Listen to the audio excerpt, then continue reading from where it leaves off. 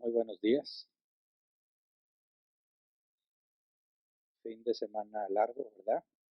Mañana es día no laboral. Mañana todos descansamos, a menos que te dediques al comercio. Ellos sí siguen trabajando, pero los demás, bueno, algunos aprovecharon para irse de vacaciones a otra parte. Nosotros aquí nos quedamos, pero como quiera contentos. Vamos a seguir estudiando las obras del Espíritu Santo. La semana pasada estudiamos sobre la relación entre la santificación y la doctrina. Y hoy vamos a estudiar la santidad. Ahora habíamos dicho que desde la perspectiva de la santidad, decimos, puesto que estamos estudiando las obras del Espíritu Santo, decimos que es el Espíritu Santo quien produce santidad en nosotros. Pero también la Escritura afirma que nosotros debemos buscar la santidad. Nosotros debemos crecer en santidad, de manera que la responsabilidad es compartida. No es un acto mágico el hecho de que tú crezcas en santidad. Veamos que es el Espíritu Santo quien te santifica. Pero al mismo tiempo nosotros tenemos responsabilidad para hacer lo que corresponde de manera que podamos crecer en santidad. Entonces, hablamos de una sinergia que más adelante detallaremos un poco más. Y también necesitamos tener la perspectiva de lo que ha sucedido en la iglesia y que podamos, como lo comenté la semana pasada, analizar, reflexionar, pensar, sacar conclusiones al respecto para adquirir sabiduría. Moisés dijo, enséñanos, Señor, a contar de tal forma nuestros días que traigamos al corazón sabiduría. Si vivimos solamente haciendo las cosas sin detenerte a reflexionar, a pensar, a meditar qué es lo que Dios permitió que sucediera, no vamos a aprender, no vamos a obtener sabiduría. Entonces es sabio reflexionar sobre lo que nos pasa, sobre las decisiones que tomamos, para poder detectar errores, detectar áreas de mejora o poder afirmarnos en lo que es correcto. Entonces, repasemos brevemente lo que hemos estado viendo para poder entender o empezar a estudiar la santidad desde el contexto correcto. Dijimos que la iluminación es la doctrina que describe la obra del Espíritu Santo para ayudar al creyente a comprender la palabra de Dios. Muchas personas leen la Biblia, pero no todos son iluminados. Iluminar, el hecho de que el Espíritu Santo te ilumine tiene que ver con abrir tu entendimiento, permitirte comprender lo que dice la Escritura. Luego tenemos la persuasión, que es la doctrina que describe la obra del Espíritu Santo para convencernos mediante argumentos y evidencia que la palabra de Dios es verdad. Entonces podemos comprender la Escritura por medio de la iluminación, algo que el Espíritu Santo hace. Luego podemos estar convencidos de que es verdad, no por una fe ciega, no porque tú decidiste creerlo, sino hablamos de persuasión, ser convencido por medio de argumentos y evidencias. De manera que ahí se requiere el razonamiento, ¿verdad? Necesitas pensar y reflexionar. Eres convencido de lo que la Escritura dice es verdad por medio del Espíritu Santo. Hay personas que entienden la Escritura, pero no están convencidos de la veracidad de la Escritura. Y luego tenemos la santificación, que decimos es una obra del Espíritu Santo, un proceso interno y mental que cambia nuestro comportamiento, produciendo santidad. La santificación es el Espíritu Santo nos ilumina, nos persuade, por lo tanto pensamos diferente, razonamos diferente, por lo tanto llegamos a conclusiones diferentes. Esto hace que nos comportemos diferente. Todos hacemos aquello que nos parece mejor, incluso cuando pecamos. Porque cuando pecamos, decidimos pecar, consideramos que eso era lo mejor para nosotros en ese momento específico. Aunque sabemos que está mal, consideramos que el placer efímero, momentáneo que da el pecado es lo mejor que podemos hacer. Y por eso todos pecamos y por eso somos culpables. Aun cuando hacemos lo malo, es un acto de, de nuestra mente, es un razonamiento que hacemos en nuestro interior, por lo cual nos convencemos de que debemos hacer eso, aún sabiendo que está mal. Muchas veces para librarnos a nosotros mismos de la responsabilidad que eso conlleva. Cuando te piden que hagas algo y no lo hiciste, normalmente las personas no aceptan que no lo hicieron, sino que buscan excusarse con mentiras o culpando a alguien más, cosa que es pecado, ¿verdad? Sabemos que está mal, pero es la única forma en la que pensamos que podemos ser librados en ese momento. Así que estamos dispuestos a pecar porque buscamos, entre comillas, un bien. ¿Cuál es ese bien, entre comillas? Que yo no sea responsable de lo que hice, que no pierda mi trabajo, que no me regañen y me avergüencen públicamente. Entonces, cuando estoy dispuesto a pecar, decimos que estás dispuesto a hacerlo porque consideras que va a haber un bien. Pero ese bien que tú consideras, ese es el problema cuando no partes de la escritura, lo que tú consideras como bueno no necesariamente lo es. Porque aunque momentáneamente evitas el conflicto, lo haces más grande. Entonces, cuando hablamos de la persuasión, decimos que estamos convencidos, no de cualquier cosa, sino de lo que la escritura dice.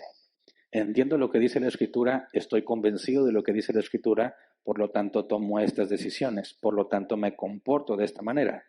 Entonces, el hecho de iluminarte y persuadirte es una obra del Espíritu Santo, que como consecuencia cambia tu comportamiento, es decir, produce santidad. La santidad tiene que ver directamente con tu comportamiento, que es lo que haces, no lo que piensas. Claro que el pensamiento está involucrado, ¿verdad? Pero son las acciones lo que determina si tienes santidad. Ahora, ¿cómo puede un cristiano proceder de forma correcta si no sabe cuál es la forma correcta de proceder? ¿Cómo puede un cristiano hacer aquello que es bueno y agradable a los ojos de Dios si no sabe que es bueno y agradable a los ojos de Dios? ¿De qué le sirve a un cristiano saber cuál es la forma correcta de proceder si no lo hace? Por lo tanto, la base fundamental de la santificación es la doctrina bíblica. Si tu mente no está informada por la palabra de Dios, tus decisiones son como un juego de azar. ¿Quién sabe si vas a hacer lo que Dios quiere? Tal vez en algunos casos le atinas, pero no es lo que debe de hacer un cristiano. Sus decisiones deben estar basadas en la Escritura. Entonces, si no tienes doctrina bíblica, no puedes tener santidad, porque no hay santificación. No estás siendo iluminado, no estás siendo persuadido. Por lo tanto, tu razonamiento no cambia. Fíjate bien el impacto que tiene no conocer la Biblia. El impacto está en tu mente y en las decisiones que tomas. Cuando ignoras la Escritura y no haces nada por evitarlo, porque todos ignoramos algo de la Escritura, ¿verdad? No somos omniscientes. Siempre se hace la comparación diciendo que Satanás sabe más de la Escritura que tú. Y tendríamos que decir, bueno, tiene mucho sentido porque él, ¿cuánto tiempo lleva teniendo disponible la Escritura, ¿verdad? Siglos y siglos y siglos. ¿Y nosotros? Pues quizás la mayoría o los que más han alcanzado tiempo pues tendrán unos 30, 40, 50 años. No se compara con todo el tiempo que Satanás ha tenido pensando y reflexionando en lo que dice la Escritura. Ahora, la Biblia nos demuestra en la tentación de Jesús que Satanás no es bueno interpretando la Escritura, ¿verdad? Y que tampoco está persuadido de que eso es lo que él debe hacer porque está en rebelión. Pero si nosotros no tomamos en cuenta lo que dice la Escritura, es imposible que crezcas en santidad. Y eso lleva a un estancamiento. Cristianos que tendrán años y años y años de cristianos y no son tan diferentes del mundo como deberían de serlo. Ahora, también la semana pasada hicimos este ejercicio, que quiero que hagamos más ejercicios conforme vamos avanzando, porque en mi experiencia me he dado cuenta que una cosa es explicarlo desde aquí, que tú me escuches y dices, lo entiendo, y otra cosa es un caso práctico, donde tú tienes que resolverlo. Esos casos prácticos afirman lo que escuchas. Por eso, el que más aprende es el que trata de enseñar. Cuando tú tratas de llevar a la práctica lo que la Biblia dice, ahí es donde aprendes. Entonces, nuestra cultura, hay muchísimos ejemplos que podemos tomar para determinar si un cristiano está razonando correcta o incorrectamente, si está partiendo de la Escritura o no, como un ejercicio de que tú te esfuerces por entender que cuando la Biblia dice que el corazón, o sí, literalmente si lo ves en la Reina Valera 60 o en la NBI, que el corazón es engañoso, tienes que entender a qué se refiere. Cuando la Biblia nos advierte, boca de Jesús, que los problemas salen del corazón, entonces tenemos que entender que tenemos en nosotros mismos el peligro. Somos enemigos de nosotros mismos por el cuerpo de muerte que tenemos. Entonces la forma en la que piensas y la que razonas se vuelve fundamental para determinar si estás avanzando en la vida cristiana o no. Y pusimos el ejemplo. Los que consideran que cuando tuvimos que exhibir públicamente a los que antes eran ancianos entre nosotros, a estos dos hombres, algunos nos acusaron de pecado, específicamente a mí, que no se debió hacer, que era incorrecto, que era innecesario, que lo hago por venganza. Y analizamos la Escritura. 1 Timoteo 5, 19 al 20. No admitas ninguna acusación contra un líder de la iglesia, a no ser que esté respaldada por 2 o 3 testigos. A los que pecan, repréndelos en público para que sirva de escarmiento. Y demostramos la semana pasada que además de la reprensión en público, tenemos que entender que sirve de escarmiento, ¿verdad? Hay un beneficio para la iglesia de Cristo cuando esas cosas se hacen. Se muestra amor a la iglesia de Cristo cuando se cumple con lo que la Escritura pide. Entonces decimos, ¿cómo es que hay cristianos que consideran que obedecer esto es pecado? ¿Cómo alguien razona para concluir lo opuesto a lo que la Escritura dice? Ahora, lo entiendo que el mundo lo haga, ¿verdad? Romanos 1 es claro, Dios los entrega a la depravación de su mente. Se especifica, no tienen ni iluminación ni persuasión. Entiendes que su razonamiento siempre va a ser defectuoso porque no parten de la Escritura. Pero ¿qué hay de los que afirman ser cristianos? Afirman ser bíblicos y su razonamiento los lleva a concluir que lo que la Escritura manda es pecado. El peligro de ese tipo de razonamiento que hace que le llames a lo bueno malo y a lo malo bueno. Y es lo que dice Isaías 5:20. Hay de los que llaman a lo malo bueno y a lo bueno malo, que tienen las tinieblas por luz y la luz por tinieblas, que tienen lo amargo por dulce y lo dulce por amargo. Fíjate bien que a pesar de que tengas iluminación y estés convencido y tengas la persuasión, falta la práctica. Y a veces esa es la etapa más difícil y complicada en la vida del cristiano. Y en mi experiencia he visto que la mayoría de los cristianos tienen o tenemos problema en decir lo que entiendo, cómo lo aplico. Esa es creo yo, el área donde más problemas tenemos. Y lo hemos visto aquí en la congregación en general. Tenemos años y años enseñando sobre el proceso de Mateo 18, 15 al 17. Si tu hermano peca, ve y repréndele estando tú y él solos. Si te oyes ganado a tu hermano, si no, toma 2 o 3 testigos, ¿verdad? Que todo conste con ellos. Si no, dilo a la iglesia. Si no, tenlo por gentil y publicano. Lo hemos enseñado mucho, lo hemos mencionado mucho, y cuando surgen problemas en la iglesia y como anciano me pongo a investigar, me doy cuenta que no aplicaron Mateo 18. Y cuando les preguntas por qué, casi siempre dicen lo mismo, es que no lo había entendido. No, si lo entendías.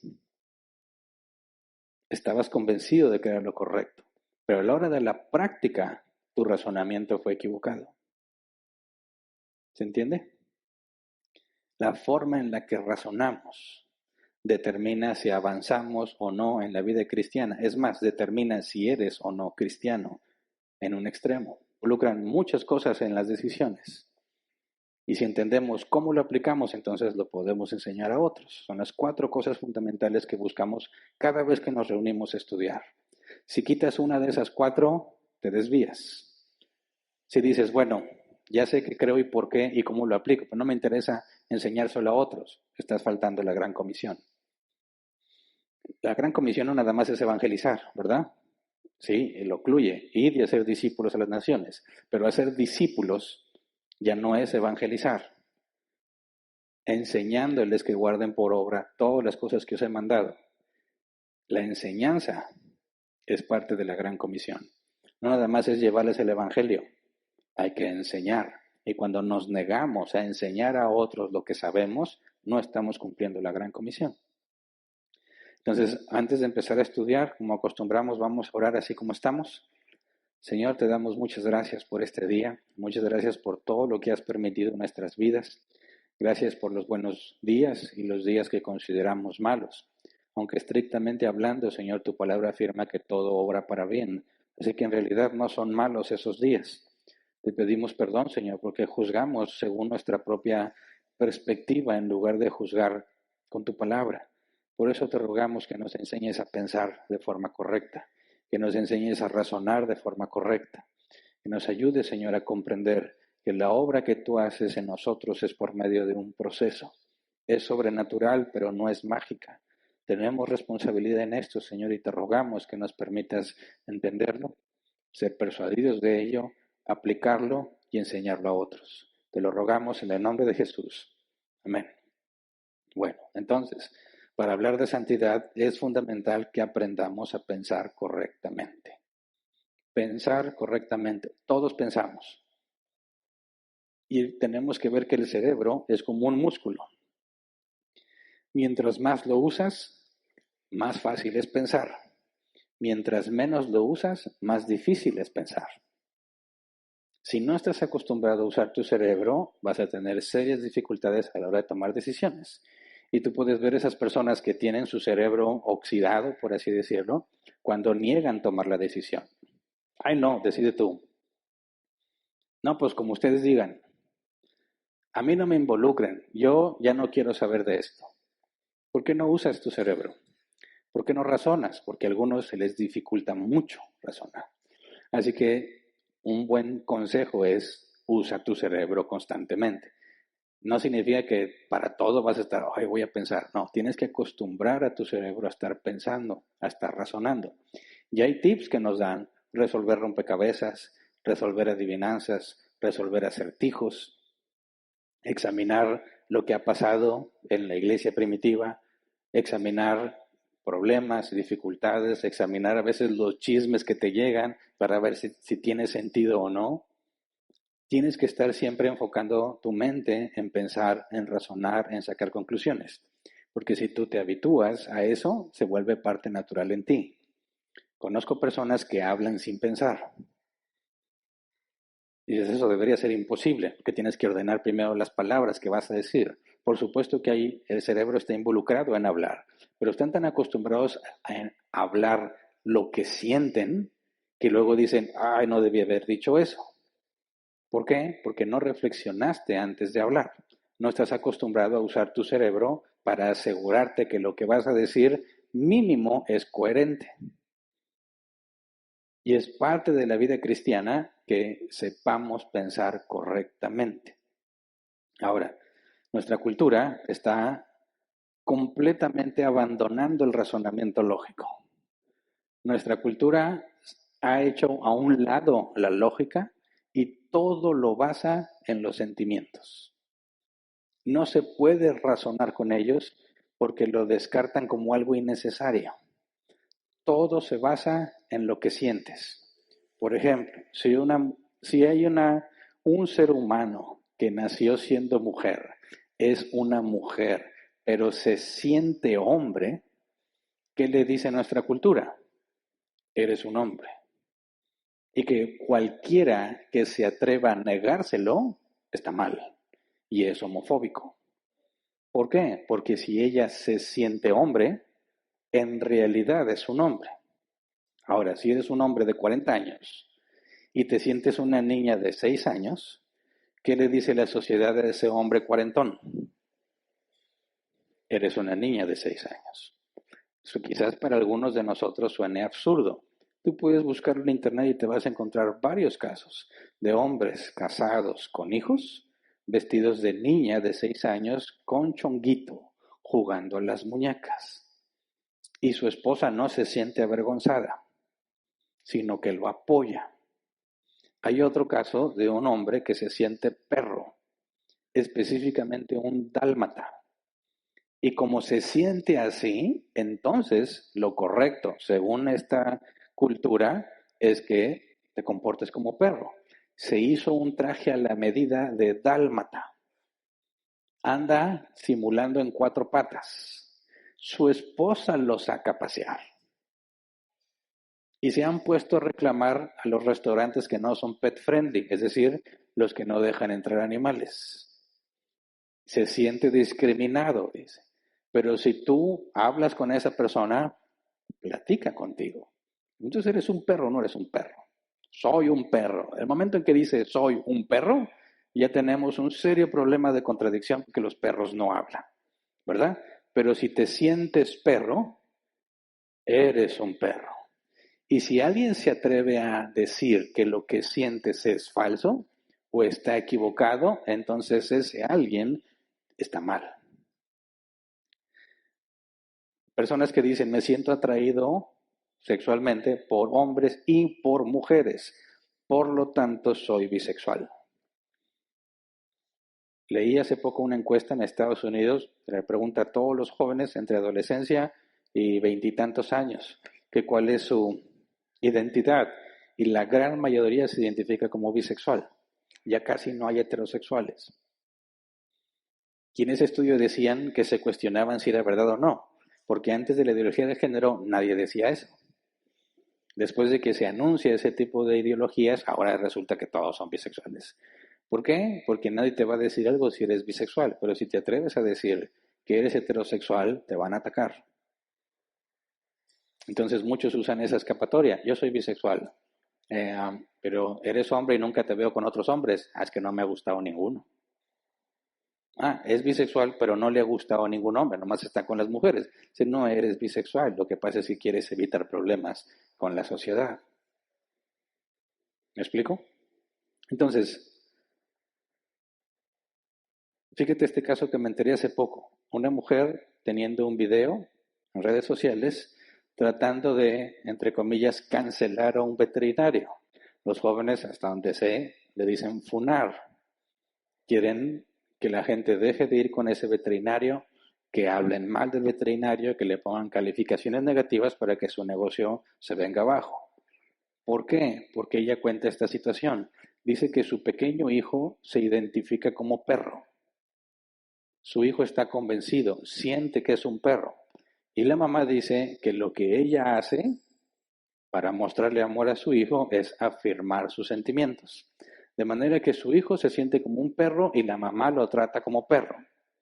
Y cuando su hijo se enfermó, ¿a dónde debería llevarlo?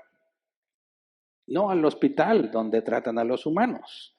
Lo llevó con el veterinario, diciéndole que su hijo en realidad es un perro y se siente enfermo. El veterinario le negó el servicio, diciéndole que él no podía atender a ese niño, que tenía que ir a un hospital. Entonces la señora hizo toda una campaña para desprestigiar a este veterinario por discriminación, por negarse a atender a un perro, siendo él un veterinario, y negándole la identidad a su hijo. Ahora pienso yo, ¿esas personas dejaron de usar el cerebro? No. ¿Dejaron de razonar? No, porque fíjate cómo dice ella, mi hijo es un perro, se siente enfermo. ¿A dónde debería llevar a un perro? Al veterinario. O sea, que sí razona, ¿verdad? Pero razona muy mal. Pero sí hay un razonamiento de por medio. Por eso digo, nuestra sociedad ha abandonado el razonamiento lógico. ¿Cómo es que un niño es un perro si el mismo niño te dice que se siente perro? Es absurdo. Pero nuestra cultura así lo ha aceptado, lo afirma, lo defiende y lo proclama. Ahora, este es sentimentalismo, porque todo se basa en cómo te sientes. Y si eso, el razonamiento es así, eso que sientes refleja la realidad. Lo que sientes refleja la realidad. Escuché a un ateo decir, qué bueno que esta ideología no existía en mis tiempos, porque si existiera en mis tiempos yo ya no tendría un ojo, una mano y una pierna, porque yo decía que era pirata. Imagínate, mamá, soy un pirata. Hijo, yo estoy para afirmar tus sentimientos y mostrarte mi amor. ¿Qué tipo de pirata? Uno que no tiene ojo, tiene un garfio y pata de palo. Vamos a que te quiten el ojo, que te amputen la mano y la pierna, para que seas lo que sientes que eres. Ese es el grado de locura, pero hay un razonamiento, ¿verdad? Sí están razonando, pero están razonando muy mal. Ahora, este tipo de ideologías se están infiltrando en la iglesia, en las iglesias cristianas. No estoy diciendo que los cristianos dicen que son perros, un perro cristiano, no. Lo que digo es que el mismo principio de razonamiento lo están aceptando los cristianos. El principio es este: tus sentimientos reflejan la realidad. Si te sientes así, entonces así son las cosas. Y eso se está infiltrando en las iglesias cristianas. Este tipo de razonamiento, tus sentimientos determinan la realidad. Fue la decisión que tuvimos que tomar como iglesia, esas dos posturas. Tus sentimientos determinan la realidad, por lo tanto todos debemos respetar tus sentimientos y debemos aceptar como realidad lo que sientes. O la escritura es la autoridad y tus sentimientos se sujetan a lo que dice la escritura. ¿Me explico? Entonces el razonamiento que parte de la escritura te va a llevar a conclusiones muy diferentes a las que ellos llegan. Si decimos, el Génesis dice, varón y hembra los creó, ¿verdad? Dice la escritura que desde el embrión se hizo todo lo que Dios había establecido en su libro. Si desde que estás en el embrión eres hombre o es mujer, no existe el cambio de sexo. No existe. Por más que te operes externamente, jamás dejarás de ser lo que eres. Y si tú crees que eres otra cosa, si tú crees que eres un perro o eres hombre, pero en realidad eres mujer, implica que Dios cometió un error y que Dios te asignó algo equivocadamente. De manera que tus sentimientos indicarían que Dios cometió un error contigo. Pero si razonas bíblicamente, decimos, no, tus sentimientos están mal. Tienes un problema en tu mente porque eres hombre. Dios te creó hombre. Y si te sientes otra cosa, estás equivocado. Te das cuenta de que son decisiones opuestas. Eso crea una enorme diferencia entre el que dice que es bíblico y el que no. ¿Por qué? Porque a la hora del comportamiento vas a hacer cosas totalmente diferentes y no van a ser aceptadas con agrado. ¿Me explico? Entonces, si tu punto de partida son los sentimientos, estás en un enorme peligro, porque empiezas a tomar decisiones en base a cómo te sientes o en base a cómo se sienten otras personas. Esto te desvía literalmente de lo que la Escritura enseña. Ahora los cristianos que empiezan a abrazar esas ideologías están tan inmersos en la cultura, tan metidos en las redes sociales, tan metidos en las tendencias, que su mente la tienen saturada de esos razonamientos. Y a la hora que tienen que tomar decisiones, su mente no encuentra otra resolución. Usa el mismo razonamiento defectuoso para tomar decisiones. Ejemplo, cuando alguien dice, Hernán le falta amor y es cruel cuando exhibe a los que fueron descalificados. Pero la Biblia dice que así debe de ser. Entonces, ¿cómo es que alguien concluye que eso está mal? ¿De dónde está partiendo? No parte de la Escritura, porque si la Escritura dice que deben de ser reprendidos públicamente, en el original deben ser exhibidos públicamente, entonces cuando tú exhibes a alguien públicamente bajo esas circunstancias, estás haciendo lo bueno. Pero ellos dicen, no, esto es malo. ¿Cómo llegas a la conclusión de que es malo? Pues es que, pobrecito, va a sentir muy feo. Le va a doler. Ok, ¿cuál es el razonamiento? ¿De dónde parte? No de los sentimientos propios, sino de los sentimientos de otra persona. Le va a doler, le va a dar vergüenza. Eso no puede ser correcto. Yo no creo que a Dios le agrade que algo te duela. Yo no creo que a Dios le agrade que seas avergonzado públicamente. Por lo tanto, quien hace eso, peca. Fíjate bien el razonamiento. Partes de algo que no es la Escritura y terminas oponiéndote a la Escritura. De una manera tan sencilla, terminas oponiéndote a lo que dice la Escritura, llamando a lo bueno malo y a lo malo bueno. Porque si hubiéramos decidido desobedecer ese versículo, hubieran dicho, bien, ese es el amor, llamándole a lo malo, bueno. Fíjate bien, es un asunto tan simple. ¿Por qué se vuelve tan complicado para algunas personas? Porque involucran sentimientos. ¿Se entiende? Va a doler, va a dañar, va a lastimar. Y no negamos que va a doler, no negamos que va a dañar, no negamos que va a lastimar. Oye, ¿dañar a alguien está mal? ¿Qué opinas? Es una pregunta que debes de pensar bien, porque casi todos dicen, claro que está mal. ¿En serio? Y si agarran a un violador y lo meten a la cárcel y dañan su reputación y su vida, ¿hicieron algo malo? Dices, pues no, pero ¿qué va a sentir el violador? Pues bien feo, pobrecito, le va a dar mucha vergüenza. Yo creo que no deberíamos meter a nadie en la cárcel. Nada más le decimos, hey, ya no lo hagas. ¿Funciona? No funciona.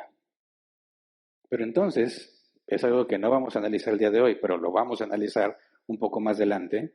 Tenemos que entender cuándo el sufrimiento es algo malo y cuándo no.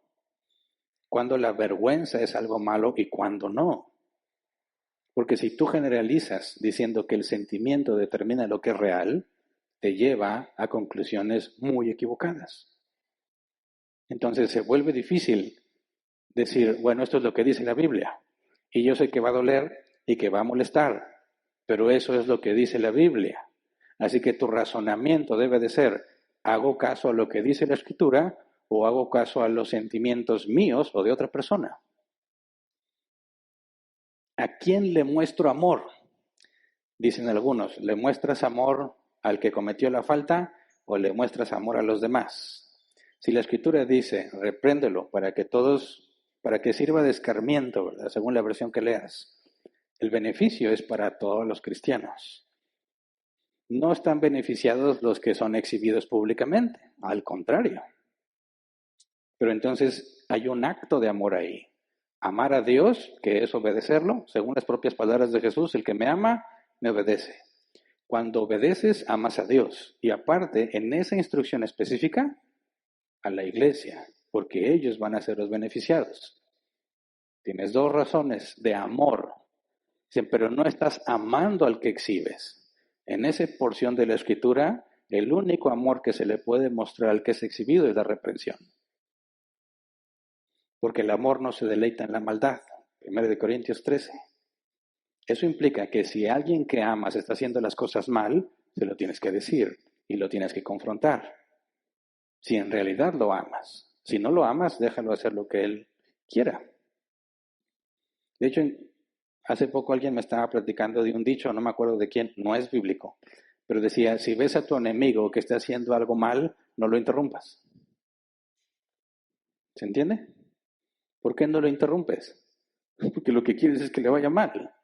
Si ves que tu enemigo está haciendo algo mal, no lo interrumpas. Y muchos esos lo confunden con amor. Oye, mi hermano está haciendo algo mal, yo no juzgo. Están haciendo lo mismo que esa filosofía de tratar a los enemigos. Porque la propia Escritura dice que ames a tu enemigo. Entonces, la cultura ha influenciado tanto el razonamiento de muchos cristianos porque están tan inmersos en lo secular que ya no razonan bíblicamente. Y así es como se infiltran en las iglesias estos problemas. Porque dicen, yo soy bíblico. ¿Qué te hace pensar que eres bíblico? Voy a una iglesia bíblica. Eso no tiene nada que ver. Si eres bíblico no se determina por la forma en la que razonas, de manera que tu comportamiento refleja ese razonamiento. Eso es lo que la Biblia se refiere a santidad. ¿Cómo te comportas? ¿Y cuál es el estándar de referencia? Cristo.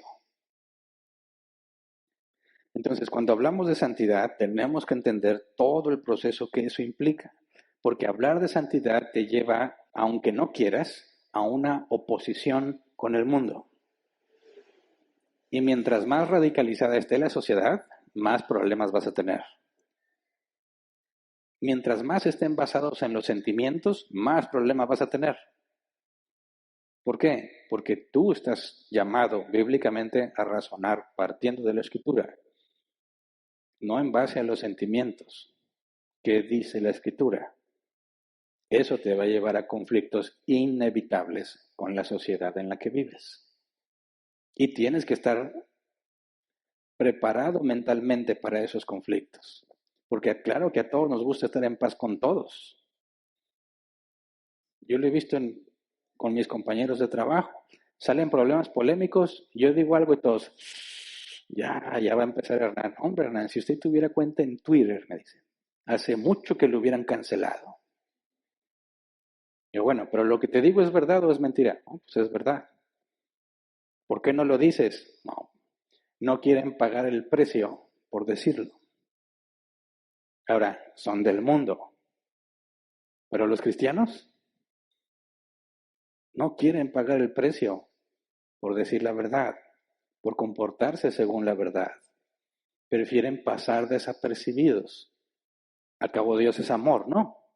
Y ahí está la frase, amor es amor. ¿Lo has visto? ¿Y quiénes lo usan? La ideología de género. Hombres con hombres, mujeres con mujeres. ¿Sabes que ya están empezando a justificar la pedofilia con eso? También usan el mismo eslogan los pedófilos. Amor es amor. Y los cristianos abrazan esa misma ideología. Amor es amor. Y tienes que amar. Y entonces no puedes ofender a nadie. Eso es un razonamiento defectuoso. Por eso tenemos que ir a lo más básico, la santidad. La santidad exige un razonamiento correcto. ¿Cómo sabemos que un razonamiento es correcto? Porque parte de la Escritura. Además tenemos las leyes de la lógica, ¿verdad? No podemos decir, bueno, Dios existe, pero no existe. Dios hace, pero no hace al mismo tiempo y en el mismo sentido. No, eso es absurdo. Pero tienes que partir primero de lo que dice la Escritura, ¿verdad? Hay un razonamiento que dice, todos los hombres mueren. Yo soy hombre, por lo tanto voy a morir.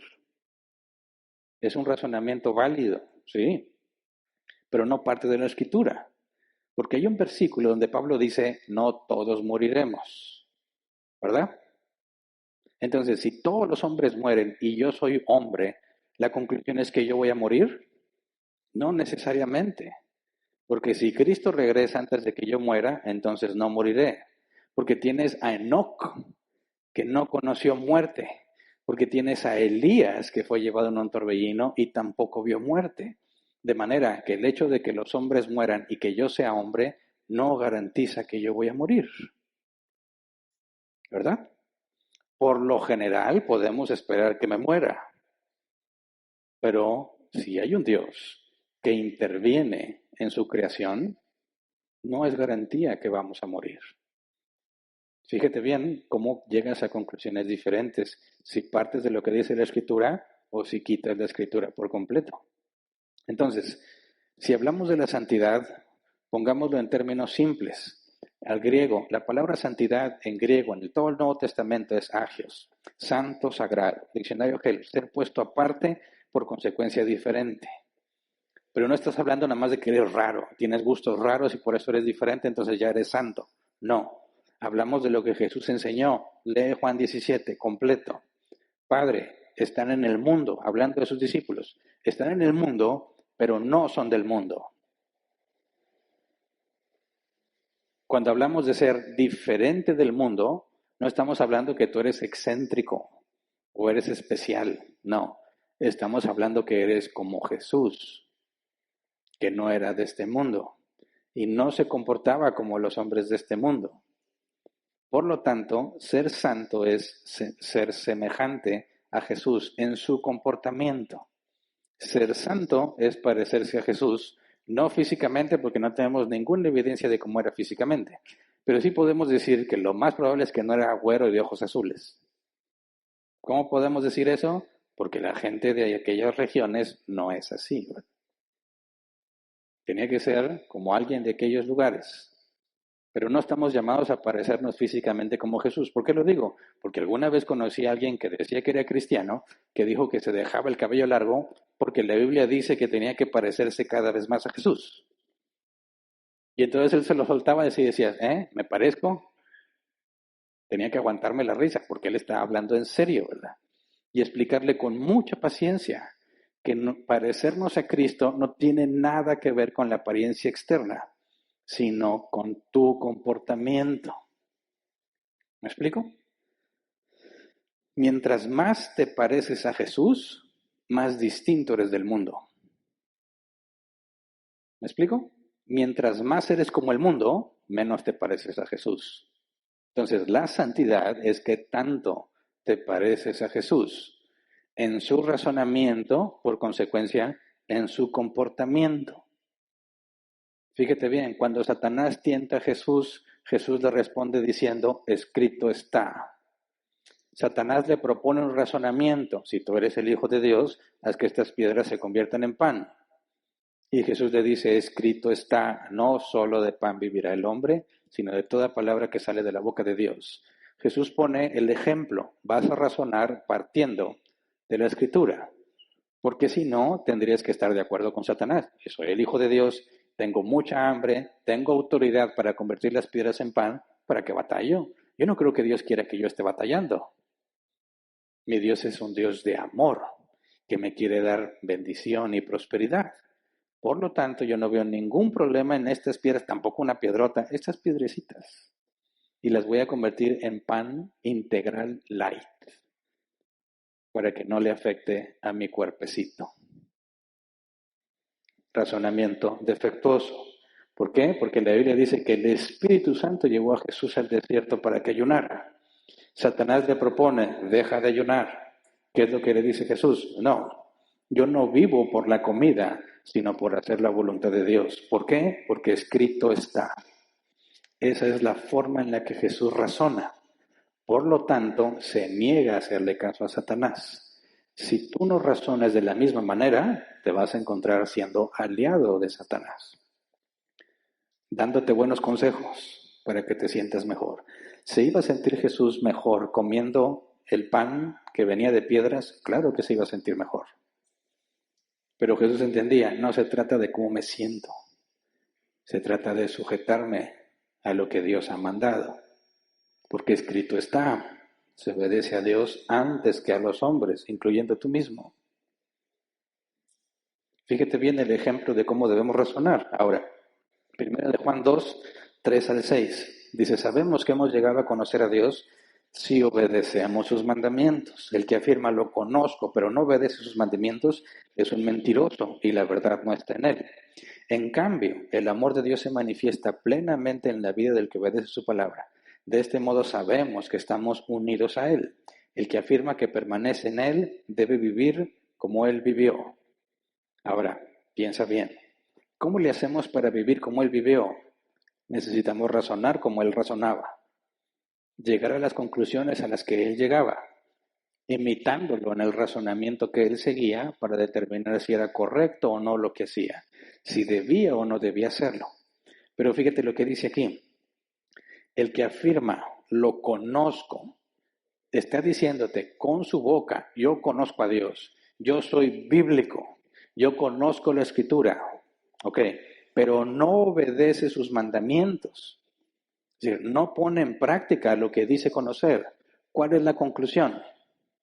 Es un mentiroso y la verdad no está en él. Entonces, la manera en la que alguien habla, las cosas que alguien dice, tienen cierto valor, pero si sus acciones no las confirman, pierde todo valor lo que dicen. Y podemos concluir, lo que haces no concuerda con lo que dices, por lo tanto, mientes.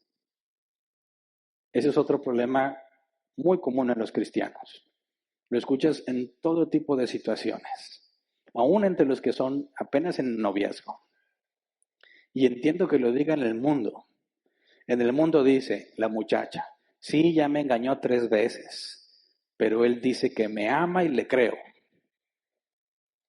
¿Qué dice un cristiano al respecto? Mija, abre los ojos. Sus acciones demuestran que miente. No es que tú no has visto cómo me lo dice. Yo lo he visto llorar. Se pone de rodillas. ¿Y eso qué? La evidencia dice lo contrario. Por lo tanto, miente. ¿Se entiende? Entonces los cristianos estamos obligados por la Escritura a decir, no me importa todo lo que dices, si no lo demuestras con lo que haces.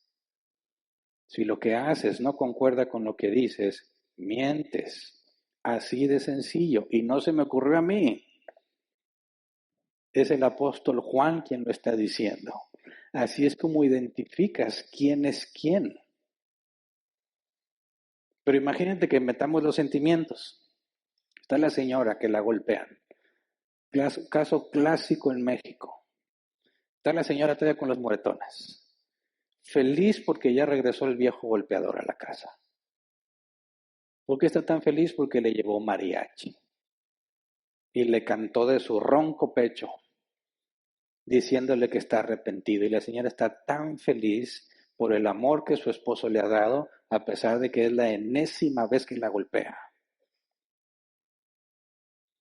¿Qué puede juzgar un cristiano al respecto? Ese hombre miente. Miente. ¿Cómo puedes saberlo? Tú no ves el corazón. No, yo no veo el corazón. Pero el corazón, si realmente está haciendo lo bueno y piensa correctamente, va a hacer las cosas correctamente. Si no es una contradicción, no me puedes decir que tienes un razonamiento bueno con conclusiones equivocadas. ¿Verdad? Ni puedes tener un razonamiento malo con conclusiones correctas. Jesús lo dijo muy claro, al árbol lo conoces por sus frutos. El buen árbol da buen fruto, no puede dar mal fruto. Y el mal árbol da mal fruto, no puede dar buen fruto. Por sus frutos los conocerán. Fíjate bien cómo el cristiano está llamado a poner en duda lo que dices, pero examinar muy bien lo que haces. Pero llora y patalea y se revuelca y dice y jura y perjura. No te creo si tus acciones no lo demuestran. Entonces, pensemos en el caso del hombre que se siente una niña de 6 años. Yo soy una niña de 6 años y me he visto como niña y me hago chonguitos. Ok. ¿Y de qué vas a vivir? Pues de día trabajo, soy gerente en una empresa y de noche soy una niña de 6 años. Ok. ¿Qué podemos decir los cristianos al respecto? ¿Ese hombre dice la verdad cuando afirma que es una niña de 6 años? No, tus acciones dicen lo contrario. Tu forma de hablar, las conclusiones a las que llegas, las cosas que haces, me dicen lo opuesto. Una niña de 6 años no hace las cosas que tú estás haciendo. Así de simple, por puros argumentos, mientes. Y podemos tener certeza en que miente por sus acciones. Ese es el criterio que marca la Escritura. Entonces, un ejemplo mucho más simple. Los cristianos cada vez más abrazan la cultura que los rodea. Una señal inequívoca en mis tiempos, en el 1996 del siglo pasado, en nuestra región todos son maldicientes, ¿verdad? No nada más poquito, muy maldicientes. Dicen que los de Veracruz nos ganan, no sé, pero somos muy maldicientes. Ok, alguien dice que acaba de ser cristiano, se convirtió al cristianismo. ¿Cuál es una señal muy clara de que realmente algo le pasó? La forma en la que habla. ¿Verdad? Porque dice que de la abundancia del corazón habla la boca. De la abundancia de lo que tienes en la mente, eso es lo que hablas. Y cuando tú estás hable y hable palabras malsonantes constantemente, me dice de qué estás lleno. Pero ¿cómo puedes demostrar claramente desde la forma de hablar, que tú te pareces más a Jesús por las cosas que dices? Entonces alguien dice, me tocó escuchar el caso, me dijeron, oye, dice que es cristiano, pero siempre lo escuchamos bien maldiciente. No le creas. ¿Cómo se atreve a afirmar eso? Porque de la abundancia del corazón habla la boca. Y si él estuviera lleno del Espíritu Santo, si él estuviera creciendo en santidad, desde la forma de hablar se notaría. Además le puedes agregar más cosas. ¿Qué hace con su tiempo? ¿Qué hace en su tiempo libre? ¿Cómo se divierte? ¿Cómo se lleva con la sociedad? ¿Está en conflicto en los temas difíciles o se lleva bien con todo mundo? Ahí tienes más evidencia que se va acumulando para concluir si efectivamente esa persona conoce a Dios o no. Entonces, ¿qué tanto te pareces a Jesús? Es qué tan santo eres, qué tanta santidad tienes. Todos, cuando nacemos de nuevo, tenemos un nivel de santidad inicial. Lo digo inicial por lo que dice este versículo, Filipenses 1:6. Estoy convencido de esto. El que comenzó tan buena obra en ustedes, la irá perfeccionando hasta el día de Cristo Jesús. Perfeccionando es completando, terminando. Empezó y va a terminar. Entonces, todos empezamos con un nivel de santidad inicial. No todos el mismo nivel, ¿verdad? He conocido personas que tenían muchos vicios. Yo fumaba y tomaba. Desde el día en que Dios me transformó, jamás he vuelto a hacerlo. No lo necesito. Nadie tuvo que decirme, eso está mal. Yo tenía la firme convicción y me daba asco. Dios me lo quitó sin que yo se lo pidiera. No tuve que luchar conmigo mismo para quitarme los vicios. Dios me los quitó de inmediato. Pero conozco otros cristianos que cuando empezaron tenían muchos problemas en dejar esos vicios. Pero tenían otro tipo de cosas que a mí me costaba hacer todavía. A mí me costaba mucho decir la verdad. Yo prefería seguirte la corriente en lugar de decirte la verdad. Podías decirme, mira Hernán, así, ¿tú qué opinas? Y yo estoy totalmente en contra y decía, está bien, cada quien. ¿Por qué? Porque yo no quería entrar en conflicto con esa persona al decirle la verdad. Para mí era un serio problema ir en contra de las personas. ¿Por qué? Porque se acaba lo bonito de la amistad. No tenía argumentos para seguir defendiéndome. Entonces, bueno, si quiero que nadie me ataque, estoy de acuerdo con todos. Sí, yo no batallaba con los vicios, pero batallaba con decir la verdad. Y tenía otros compañeros, hermanos en Cristo, que ellos no batallaban nada en decir la verdad, pero batallaban con los vicios. No a todos se nos da el mismo nivel de santidad, pero si naciste de nuevo, tienes algo, aunque sea muy poco, pero tienes algo que hace una diferencia con respecto al mundo. Que la gente puede decir, algo te pasó, no eres igual. Pero no estamos llamados a que ahí te quedes. De hecho, lo que dice la Escritura es, el que le comenzó, la irá completando. Así que hay una gradualidad. Es un proceso gradual que va a ir avanzando con el tiempo. ¿Qué esperas de una persona que tiene meses en el cristianismo y qué esperas de una persona que tiene 20 años en el cristianismo? Yo me imagino que esperas con toda certeza que no se enfrenten a las mismas debilidades, ¿verdad? El que va empezando tiene todavía mucho que avanzar. Y el que ya tiene 20 años, si hizo lo que le corresponde, debe de andar enseñando y haciendo muchas cosas. Y es muy triste que a veces los que tienen meses muestran más santidad que los que tienen muchos años. Porque los que tienen muchos años se han envuelto tanto en las cosas de este mundo que razonan como este mundo. Segunda de Corintios 3:18. Así todos nosotros que con el rostro descubierto reflejamos como en un espejo la gloria del Señor, somos transformados a su semejanza con más y más gloria por la acción del Señor, que es el Espíritu. Está hablando de la santificación y de la santidad. ¿Quiere decir que nos hace ser transformados cada vez más y más como Jesús? El Espíritu Santo. Pero es gradual, ¿verdad? El nuevo nacimiento es solo el principio. Al nacer de nuevo, Dios te quita cosas de este mundo, pero otras no. Según su sabiduría, te las deja para que luches con eso. Y no es una excusa decir, pues Dios así me dejó. No, porque es cierto que Dios nos perfeccionará y podemos descansar en que Él no se va a arrepentir de ese proceso.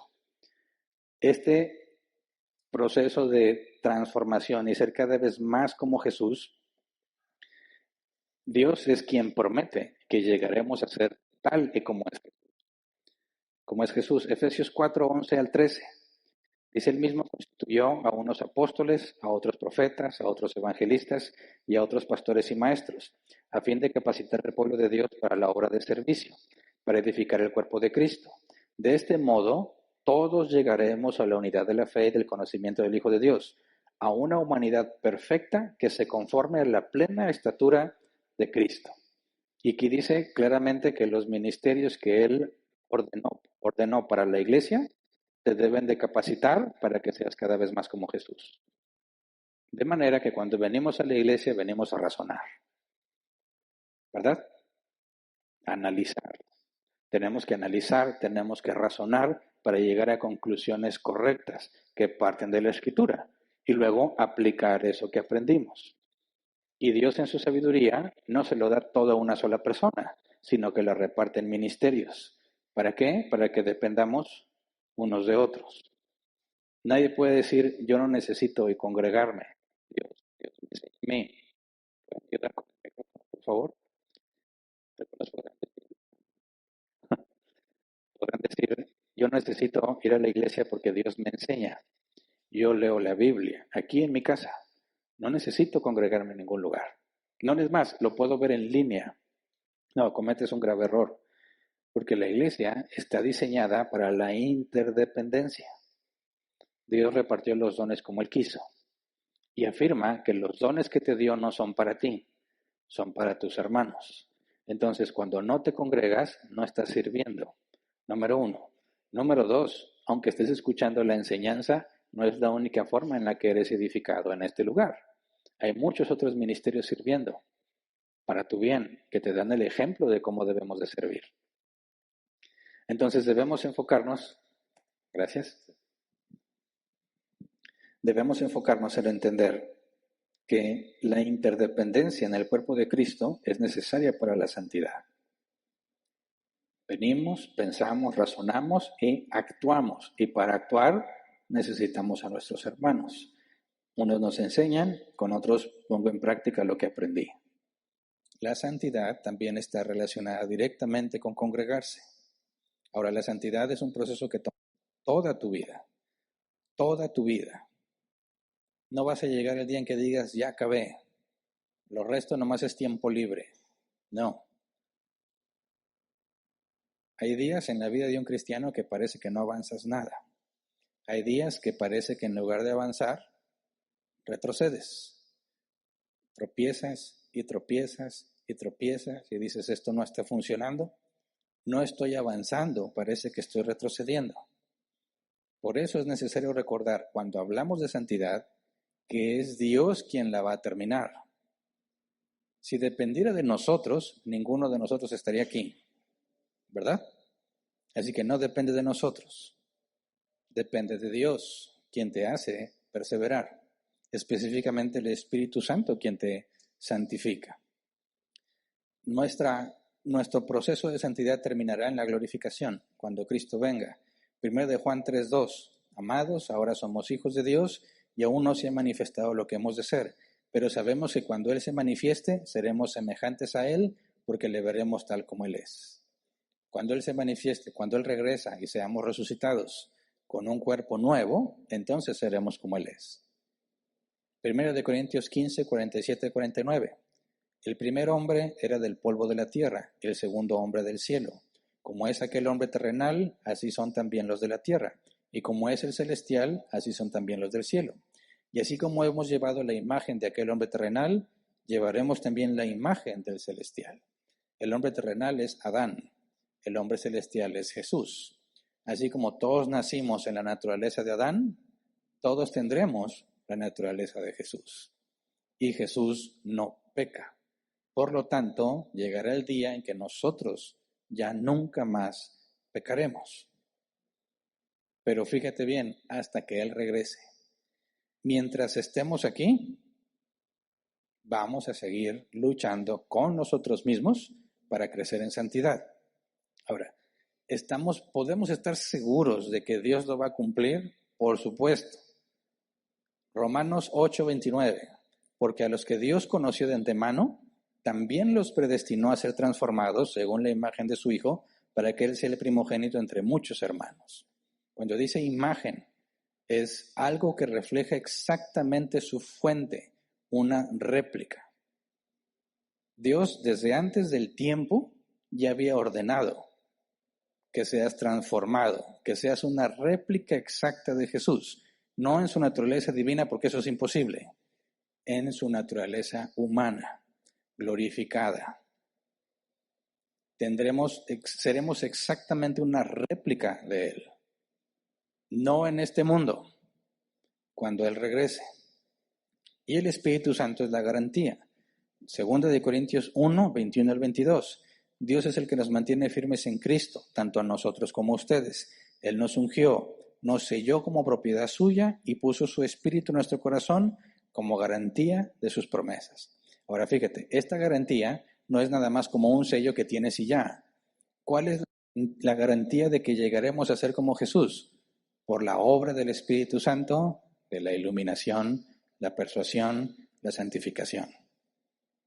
Él es la garantía. ¿Por qué? Porque Él va a trabajar en nosotros todos los días, aunque no se vea. Hay muchas cosas en la vida cristiana, períodos en los que parece que no estás avanzando, en la que tu fe flaquea, en la que las circunstancias que te rodean te llevan a dudar de lo que antes estabas totalmente convencido. Y aunque no parece, aún en esos días el Espíritu Santo está trabajando contigo. Porque toda esa frustración, esa tristeza, ese dolor, esa incertidumbre, es algo que el Espíritu Santo hace para cambiarnos. Pero eso lo vamos a estudiar más adelante. 1 Tesalonicenses 5, 23 y 24 dice que Dios mismo, el Dios de paz, los santifique por completo y conserve todo su ser, espíritu, alma y cuerpo, irreprochable para la venida de nuestro Señor Jesucristo. El que los llama es fiel y así lo hará. Entonces, esos días que parece que no avanzamos, descansamos en estos versículos. Dios es fiel. Yo no, ni tú, pero Dios es fiel. Y Él es el que lo va a hacer. Entonces, cuando tenemos esos tiempos difíciles, no huimos de las cosas de Dios. Al contrario, corremos a Él. ¿Por qué? Porque Él es fiel. Yo sé que la mayoría de nosotros tenemos la misma tendencia de Adán. Cuando pecas y Dios le dice a Adán, ¿dónde estás?, corrió a esconderse. Lo mismo nos pasa a nosotros como descendientes de Adán. Pecamos y tenemos la tendencia natural de buscar apartarnos de Dios. Pero eso no es lo correcto, porque Dios permanece fiel, pero te ataca la idea de que quizás eres un hipócrita. ¿Cómo puede ser que busque a Dios después de lo que acabo de hacer? Esa idea no viene de Dios, porque el único que puede resolver tu situación de pecado es Dios, y huir de Él es lo más absurdo que puedes hacer. Fíjate bien, otro problema común en los cristianos por no razonar partiendo de la Escritura. El razonamiento es así: acabo de hacer lo malo. Si voy a acudir a Dios, soy un hipócrita. No puedo ser hipócrita. Voy a acercarme a Dios hasta que resuelva este problema. Ese es el razonamiento de muchas personas. Pero ¿qué es lo que dice la Escritura? Que aunque nosotros somos infieles, Él permanece fiel. De hecho, lee Apocalipsis, la iglesia de la Odisea. Ven y lava tus vestiduras. Ven para que yo limpie tus ojos. Desde el Antiguo Testamento, si tus pecados son rojos como la grana, yo los voy a emblanquecer como la nieve. El razonamiento partiendo de la Escritura es: peco, acudo a Dios de inmediato porque Él es el que me limpia. Pero el razonamiento secular es: ¿cómo? ¿Con qué cara? ¿Qué va a decir Dios de mí? No. Si realmente estoy arrepentido, le voy a demostrar que ya no lo hago y entonces ahora sí empiezo a buscar a Dios. Eso es satánico. Por medio de tu razonamiento, consideras que lo mejor que puedes hacer cuando estás en pecado es apartarte de Dios. Y eso es absurdo si partes de la Escritura. Así que fíjate muy bien que esa contaminación en el razonamiento es muy común. Todos somos presas de ese tipo de razonamiento. Por eso tenemos que decir como Jesús dijo, escrito está. Cuando te ataca esa idea, ¿cómo eres un hipócrita y acudes a Dios? No, escrito está que Él permanece fiel y Él no se niega a sí mismo. Y Él me ha dado su Espíritu Santo como garantía. Y dice la Escritura que podemos entrar confiadamente al trono de gracia para recibir misericordia en el momento oportuno. Entonces luchas contra tu razonamiento y dices, esto es lo que la Biblia dice, por lo tanto debo hacer esto, buscar a Dios. Entonces, la santificación es un proceso que el Espíritu Santo hace en nosotros durante toda la vida, ¿verdad? Y en una congregación no todos tenemos el mismo tiempo caminando con Cristo. Tenemos desde los que son bebés recién nacidos hasta los que ya son tercera edad en Cristo. Ok, eso implica que cuando hablamos de santidad tenemos distintos niveles de santidad en la misma congregación. ¿Verdad? O sea que lo que algunos ven claramente como error, otros no lo ven así. Todavía no han aprendido. Todavía no tienen esa madurez. Cuando tú ves que algunos están cometiendo errores muy claros, para otros dicen, yo no le veo problema, porque no conocen lo mismo de la Escritura que tú ya conoces. Entonces se hace esa disparidad. Personas que dicen, eso claramente está mal, y personas que dicen, yo no le veo nada de malo. Y eso es lo natural, porque así diseñó Dios las cosas. Por eso Dios en su sabiduría pone en el cuerpo de Cristo la interdependencia. Dependemos unos de otros. Y puesto que no tenemos la misma claridad a la hora de ver las cosas de Dios en cuanto a santidad y práctica, la Biblia nos dice en Colosenses 3, 12 al 13, por lo tanto, como pueblo escogido de Dios santo y amado, revístanse de afecto entrañable y de bondad, humildad, amabilidad y paciencia, de modo que se toleren unos a otros y se perdonen si alguno tiene queja contra otro, así como el Señor los perdonó, perdonen también ustedes. ¿Por qué se requiere la paciencia y la tolerancia? Porque no vamos a estar de acuerdo, porque para algunos es un pecado evidente y para otros no tanto. Necesito tolerancia. ¿Qué es la tolerancia o por qué es necesaria la tolerancia? Nuestra sociedad ya ha llegado a pensar que si tú estás en desacuerdo con alguien, entonces lo odias. Oye, este fulano que se llamaba, no sé, no quiero decir nombres porque luego se sienten aludidos. Este compañero de trabajo resulta que ya salió del closet y ahora dice que es mujer. Dice que es una mujer. Ok. Yo no estoy de acuerdo. Sigue siendo un hombre. Él se engaña a sí mismo tratando de convencerse que es mujer. Y encima espera que yo participe de esa ilusión. Una cosa es que él diga que es mujer y otra cosa es que espere que yo lo trate como mujer. ¿Verdad? Pero somos compañeros de trabajo. A mí no me pagan por convencer a los demás que están mal, ¿verdad? A mí me pagan por desempeñar una tarea y cumplir con responsabilidades. Así que, ¿qué es lo único que puedo usar en esa situación? Tolerancia. No estoy de acuerdo con lo que piensas, pero yo vengo aquí por otra cosa, ¿verdad?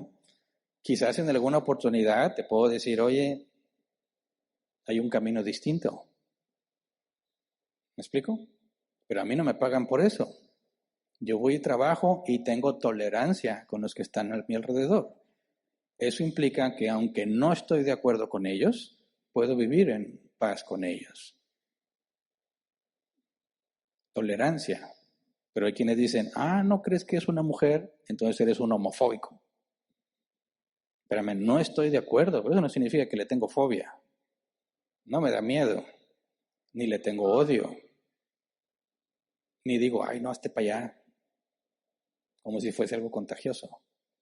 No, tolerar es decir, sí, estamos en desacuerdo, pero eso no implica que te odio.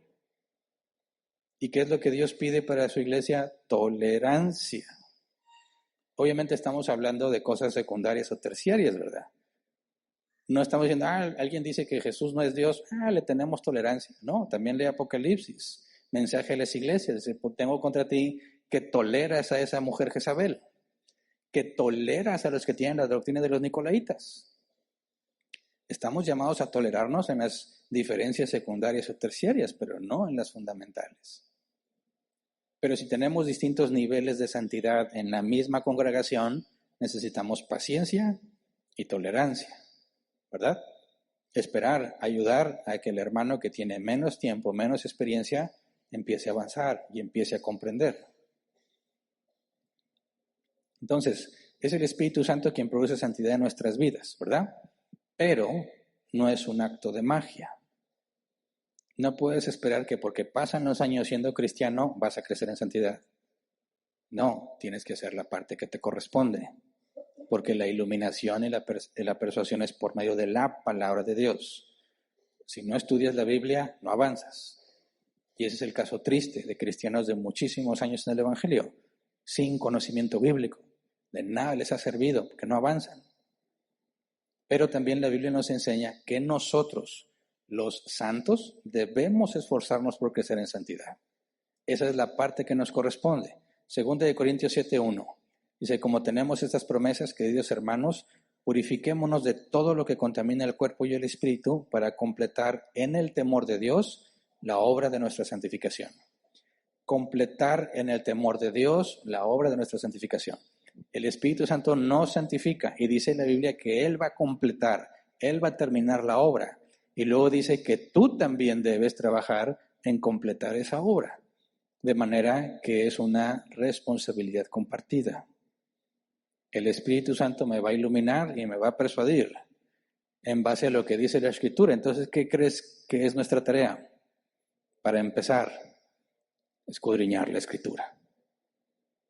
Si no, no va a haber iluminación y no va a haber persuasión, por lo tanto no va a haber un cambio de comportamiento. Entonces, cuando yo me pongo a leer la Biblia, tengo que entender que no se trata de leerla nada más. He escuchado este argumento. Oye, pasas mucho tiempo en las redes sociales, te sabes los nuevos bailes, las nuevas tendencias, los nuevos memes, qué le pasó a tal cantante, qué le pasó a no sé qué, el concierto de no sé quién, y Lord no sé qué, Lord banquetas, Lord no sé qué, de eso te lo sabes. ¿Y la Biblia? Sí la leo. Ok, ¿qué tanto lees? Un capítulo. ¿Cuánto tiempo te tardan? Como todos, unos 20 minutos. Y amén. Y le sigues con las redes sociales. ¿De qué te sirve? A la hora de tomar decisiones, ¿tu cerebro qué te va a traer? ¿Sí entiendes cómo funciona el cerebro en la toma de decisiones? Piensa en una inteligencia artificial. Sí, hermanos, involúcrense en la inteligencia artificial, ¿verdad? Es lo que eso no se va a ir, ¿verdad? Se va a quedar. Como cuando hablaban del Internet. Ya hay cristianos que dicen que la inteligencia artificial es del diablo, como cuando le decían que el Internet era del diablo. Nada es malo en sí mismo, depende para qué lo uses, ¿verdad? La inteligencia artificial consiste en que tú le haces preguntas y te responde. Eso es. Estás como en un chat y le dices, a ver, por favor, incluso algunos dicen que lo están usando para sus predicaciones. No me parece del todo correcto. Hazme un sermón de 1 Timoteo 3 y te arroja todo. Y si más le dices que dure aproximadamente 50 minutos, te lo ajusta. Y entonces tú dices, mira, gloria a Dios por sus herramientas. No, eso es negligencia. Pero tú puedes entender cómo funciona el cerebro. Vas a tomar una decisión. El cerebro lo que hace es que te trae toda la información pertinente que puedes usar para tomar esa decisión. Entonces, tienes que tomar una decisión. Ok, voy a llegar tarde al trabajo. Ya me habían amenazado que no debe llegar tarde al trabajo, pero no puedo darme el lujo de faltar al trabajo. Entonces voy a tener que llegar tarde. Ahora, ¿qué voy a decir? Entonces el cerebro te empieza a dar casos. Esto es lo que debes, esto puedes, esto hizo fulano, esto hizo mengano. La otra vez en el trabajo alguien hizo eso y se la creyeron y te da toda la información para que tú tomes una decisión. Y así, yo voy a decir, ¿saben qué? Estoy atorado en el tráfico. Y no es cierto. Te saliste bien tarde. Casi no hay tráfico, pero ya no alcanzas a llegar. Pero entonces decidiste en base a experiencias pasadas o en base a cómo sabes que le ha ido a otros. Si eso es lo que hay en tu mente, vas a seguir decidiendo mal. Pero cuando estás saturado de la escritura, cuando tu mente tiene la escritura fresca y dices, voy a llegar tarde porque me levanté tarde, jamás va a ser una opción mentir. Porque la Biblia advierte con mucha claridad, no des falso testimonio, de donde se desprende el no mientas. Tendrías que decir, voy a llegar tarde, cometí el error de no anticiparme. ¿Qué procede? ¿Voy o me regreso? Porque hay quienes si llegan tarde los regresan, ¿verdad? Y entonces tu jefe te va a decir, no, ya, ni para qué vienes, regrésate. Ok, qué feo, qué triste. ¿Se siente feo? ¿Te ha pasado alguna vez? ¿Se siente feo? No se hagan, porque nunca les han regañado por llegar tarde. Claro que se siente feo. Ahora imagínate que empezamos a razonar. Hoy se siente bien feo. Tengo un jefe tóxico. Tengo un jefe tóxico. Y luego te enteras que le dije, oye, ¿por qué no llegó nada? Es que venía tarde y lo regresé. Me humilló en público. Tengo un jefe tóxico. Así es como reacciona nuestra cultura. Lo sé porque me acaba de pasar esta semana, no que llegara tarde. Que alguien llegó con un test. Como yo soy jefe de algunas personas, traemos el test para saber si eres un jefe tóxico. Y ahí estaba alguien de más autoridad, digo, ¿a poco se lo vas a hacer a él? Yo poniéndole ahí algo de presión. ¿Cómo no? ¿Cómo no? A ver, léete la primera. Un jefe es tóxico si no toma en cuenta tus opiniones. ¿Qué opinas? O sea que si tú dices, oye, vamos a hacer esto, y él dice, no, yo creo que debemos hacer esto o esto. Tú no le puedes decir, no, vamos a hacer esto. Tóxico. ¿Por qué tóxico? Porque no tomaste en cuenta sus opiniones. Digo, ok, supongamos que tus opiniones están mal. Eso te hace más tóxico, me dijeron. Porque ya aseguraste que están mal. Digo, ese es el problema. Ese es el problema del razonamiento defectuoso. No te interesa la verdad. Te interesa cómo te sientes. Entonces tuve oportunidad de explicarle a mi equipo en el test de toxicidad que me estaban haciendo, que aunque es cierto que puede haber personas que tienen buenas sugerencias y por celos no las toman en cuenta, que no niego que eso pase, es cierto que hay jefes que quieren sobresalir ellos y en lugar de decir a alguien de mi equipo si le ocurrió esta idea que es muy buena, dicen, no, eso no funciona, y luego van y le dicen al jefe, se me ocurrió una idea muy buena. Me lo han aplicado, le digo, así que yo sé que eso puede pasar. Pero también puede pasar que tus ideas son pésimas y que no sabes de lo que estás hablando y que definitivamente por la experiencia que tengo acumulada, porque yo les digo, ellos tienen como 23, 24 años. Digo, tú todavía no nacías y yo ya estaba programando. Tengo muchísimo tiempo de experiencia y puedo saber si tu idea es buena o es mala desde el principio. Y si considero que tus ideas son malas, no voy a tomarme el tiempo de demostrártelo en la práctica porque me regañan a mí.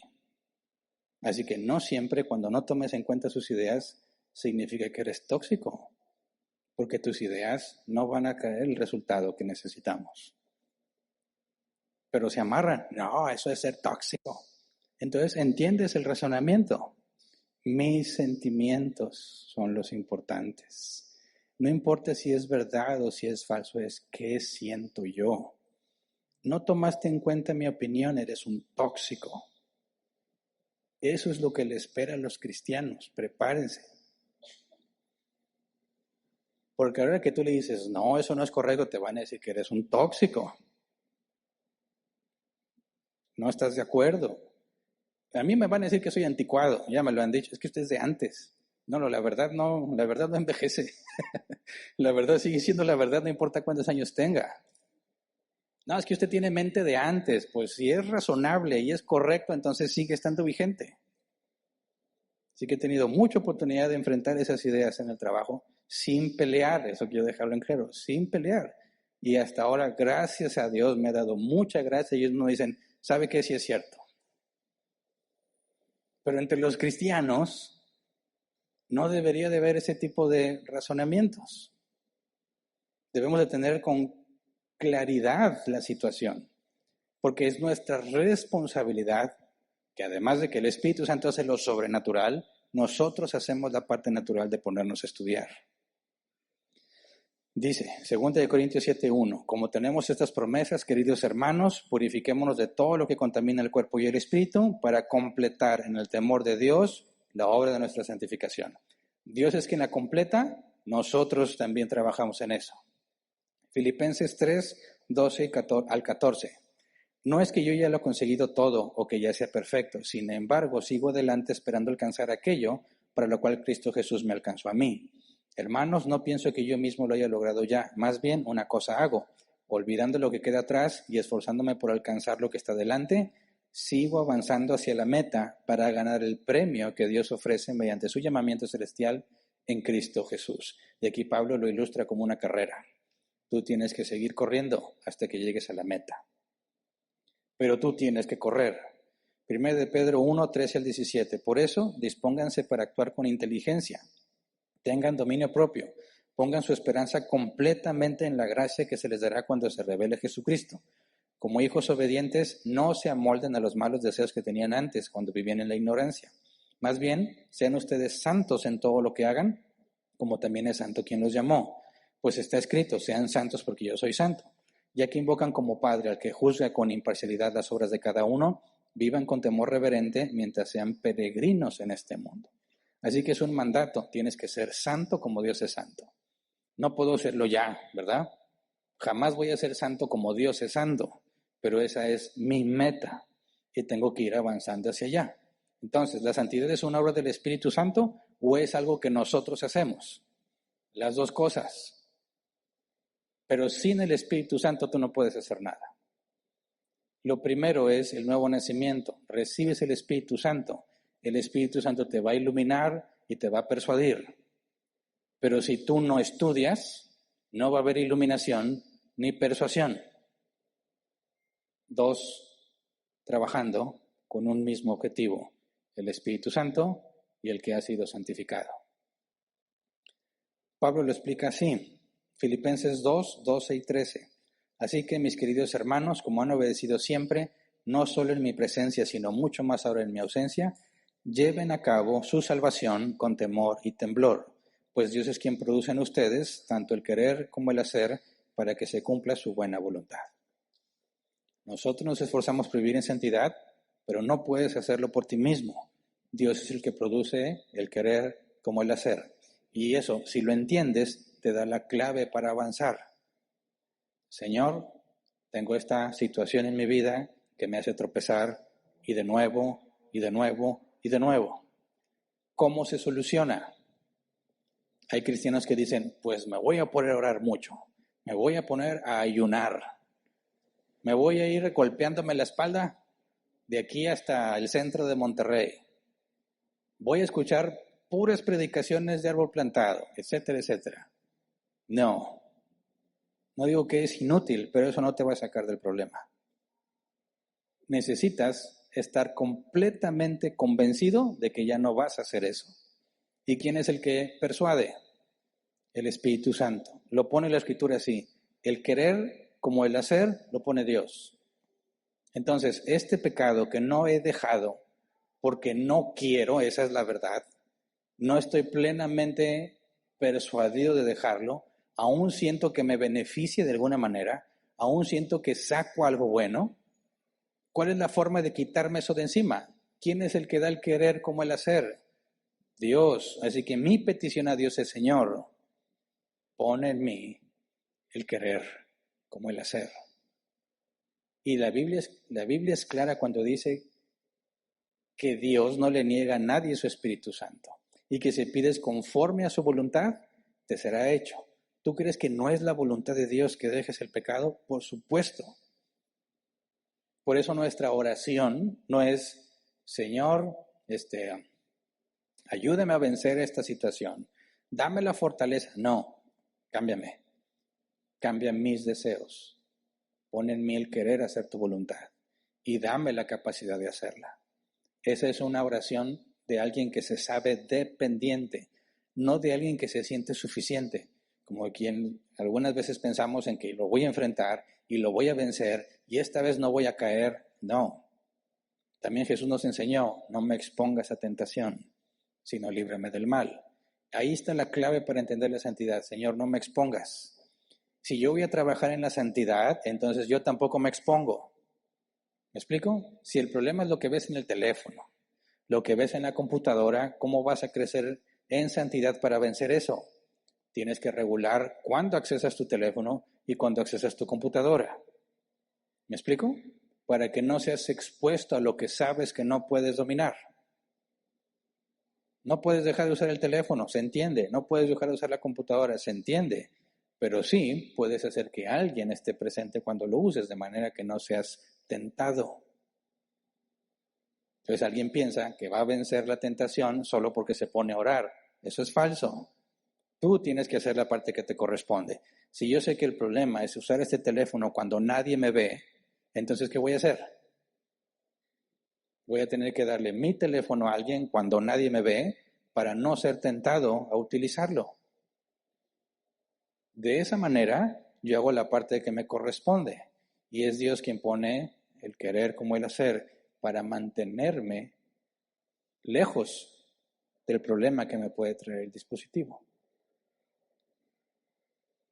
Eso es trabajar. Sinergia. La obra de dos, el Espíritu Santo y yo, con el mismo objetivo, crecer en santidad. Pero eso te va a hacer muy distinto al mundo. Y te va a generar problemas. Es inevitable. Inevitable. Y mientras más extremista se hace el mundo con los sentimientos, más problemas vamos a tener con el mundo. Por eso hay que estar preparados. Por último, la Biblia dice, todo lo puedo en Cristo que me fortalece, Filipenses 4:13. Todo lo puedo en Cristo que me fortalece. Ahí está la sinergia. Todo lo puedo, yo, lo que voy a hacer, porque Cristo me fortalece. No soy yo solo. No es solo la obra del Espíritu Santo. Todo lo puedo en Cristo que me fortalece. Segunda de Timoteo 2:1. Así que tú, hijo mío, fortalécete por la gracia que tenemos en Cristo Jesús. Gracia y fortaleza. Yo me fortalezco, Dios me da la gracia para poder hacerlo. Primera de Timoteo 1:12. Doy gracias al que me fortalece, Cristo Jesús nuestro Señor, pues me considero digno de confianza al ponerme a su servicio. Yo le sirvo, Él me fortalece. Tarea de 2. Segunda de Timoteo 1:7. Pues Dios no nos ha dado un espíritu de timidez, sino de poder, de amor y de dominio propio. Yo me domino, yo amo por el espíritu que Dios me dio. Si te fijas, la santidad es un esfuerzo humano dependiente de Dios. Esfuerzo humano dependiente de Dios. Entonces, pensar correctamente es la clave. ¿Estamos de acuerdo?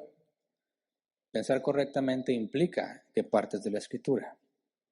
Si tu razonamiento parte de la Escritura, ya hiciste la mitad del camino. Porque todavía hay quienes dicen, la Biblia dice que tienes que dar los diezmos.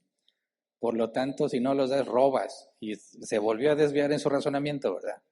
Empezó bien, pero hay que asegurarnos primero de empezar bien, que es lo que dice la Biblia. Y la Biblia da mucha información de forma clara y contundente. Se pueden orar los muchachos y las muchachas. Me gusta este muchacho, esta muchacha, pero no es cristiano. ¿Qué debo hacer? Voy a orar a preguntarle al Señor. ¿Es necesario ponerse a orar para preguntarle al Señor? Bueno, voy a ir, apóyenme en oración, hermanos, para que Dios me revele. No, lo único que tienes que leer es, no os unáis, me lo sé en la Reina Valera 60, no os unáis en yugo desigual. Claro, conciso, sin ambigüedades. Un muchacho, una muchacha no tienen por qué orar a ver si Dios les da permiso de establecer una relación de noviazgo con alguien que no es cristiano. ¿Por qué? Porque la Biblia lo dice claramente. Pero el razonamiento, ¿qué tal si se convierte? Más espiritual, ¿qué tal si yo soy el medio por el cual viene a Cristo? ¿Cómo voy a ser ese medio si no estoy cerca de Él o de ella? Así que voy a estar cerca para que el Evangelio le llegue, porque quizás Dios ha predeterminado desde el principio de los tiempos que venga el conocimiento de Cristo gracias a mí. Y ese razonamiento te hace establecer relaciones que no deberías establecer. Si no conoces la Escritura,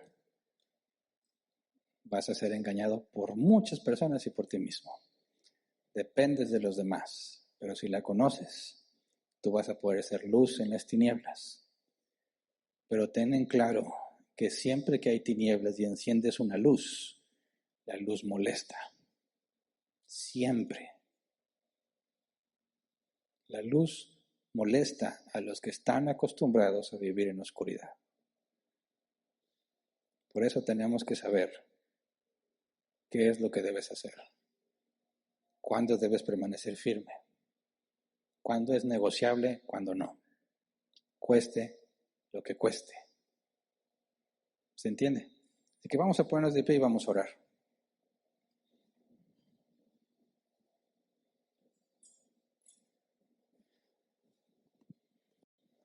Hebreos 12:14. Busquen la paz con todos y la santidad, sin la cual nadie verá al Señor. La paz con todos y la santidad. Piensa y reflexiona bien en esto. Estar en paz con todos es algo opcional. A veces se puede, a veces no. La santidad, esa no es opcional, esa es obligatoria. La santidad implica que razones bien y hagas conforme a tu razonamiento bíblico, cueste lo que cueste. Eso va a hacer que muchas veces pierdas la paz con los que te rodean. Así que sí, busca la paz con todos y la santidad. La paz es opcional, la santidad es obligatoria. Que vamos a orar. Señor, te damos muchas gracias por tu palabra, por tu Espíritu Santo que nos ilumina y nos persuade, Señor. Te rogamos que siempre nos estés tratando como a hijos, Señor. No nos entregues a nuestros sentimientos, no nos entregues a nuestro razonamiento defectuoso. Muéstranos que somos tus hijos, Señor, por medio de la corrección, por medio de la disciplina, por medio de la instrucción. Tu palabra es clara, que azotas al que recibes como hijo, Señor. Ayúdanos a entender lo que eso implica. Ayúdanos, Señor, a gobernar sobre nuestras emociones y sentimientos. Ayúdanos a entender con más claridad cuál es el rol de los sentimientos en la vida cristiana y cuál es mi responsabilidad en cuanto a crecer en santidad. Ayúdame, Señor, porque mis sentimientos me juegan en contra. Nuestras emociones y sentimientos muchas veces, Señor, están en contra de lo que tu palabra dice y se vuelve difícil ver con claridad lo que debo de hacer. Por eso te pedimos, Señor, te rogamos, te suplicamos que nos abras el entendimiento, que podamos ver más allá de las emociones y los sentimientos, Señor, que podamos tener coherencia, congruencia entre lo que sabemos y lo que hacemos, que podamos tener todos la certeza, Señor, de que a pesar de nuestros errores tú permaneces fiel, de manera que podamos enfocarnos en avanzar. No estemos temerosos de perder la salvación, que no estemos temerosos ante la posibilidad de que nos rechaces. No, Señor, sino tomando como base que tú eres fiel, que tú nunca cambies, no te puedes negar a ti mismo, Señor. Que tengamos eso como base para poder avanzar, confiando, Señor, en que a pesar de nuestros errores, tú permaneces fiel. A pesar de nuestras rebeliones, tú permaneces fiel. Por eso te rogamos, Señor, que nos enseñes, que nos prepares, que nos uses para entender para estar convencidos, para aplicarlo como corresponde y para enseñárselo a otros. Ayúdanos, Padre, en medio de esta generación, de esta cultura que nos rodea, que se vuelve cada vez más radical en cuanto a sus sentimientos. Ayúdanos, Padre, a hablar con gracia, a saber cuándo hablar y saber cuándo callar, saber cuándo no podemos callar la verdad y cuándo podemos pasar por alto la ofensa. Ayúdanos, Señor, a entender cuándo debemos permanecer firmes y cuándo debemos tolerarnos. Todo esto es complejo y difícil, imposible para nosotros humanamente, pero confiamos en ti, Señor, en tu Espíritu Santo, para que nos guíe. Ayúdanos, Padre, a llenar nuestras mentes de tu palabra. Ayúdanos a estar saturados de ti, Señor. Perdónanos si nos hemos llenado de las cosas de este mundo. Perdónanos, Señor, que por nuestra negligencia, nuestro razonamiento, Señor, es defectuoso. Perdónanos, Señor, porque debiendo saber más, debiendo ser ya maestros, somos como niños. Ten misericordia de nosotros, Señor. Cámbianos. Abre nuestro entendimiento. Danos el querer como el hacer. Danos congruencia en nuestras acciones, coherencia en nuestras palabras. Ayúdanos, Padre, a ser soldados de Jesucristo, que no se enredan en las cosas de este mundo. Ayúdanos, Señor, a presentarnos delante de ti, como dice tu palabra, como obreros que no tienen de qué avergonzarse, porque usan rectamente la palabra de justicia. Ayúdanos, Padre, a enfrentar la adversidad, nuestros propios errores, nuestro pecado, la adversidad en el mundo que nos rodea, con la frente en alto, confiando en ti, Señor, que tú no nos abandonas, que tú nos has sellado con tu Espíritu Santo y tu Espíritu Santo obra en nosotros todos los días, aunque nuestros sentimientos nos digan lo contrario. Ayúdanos, Señor, a someter todas las cosas a tu palabra, nuestras emociones, nuestros sentimientos, nuestras decisiones, que no busquemos nuestro beneficio, sino que la gloria sea tuya, Señor. Te lo rogamos en el nombre de Jesús. Amén. Pueden sentarse. Pasemos a la sección de preguntas.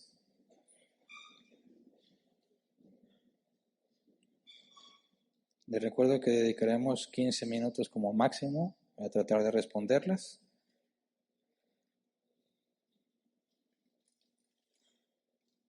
Si no hay preguntas, pues nos brincamos este tiempo. Todavía no me carga aquí.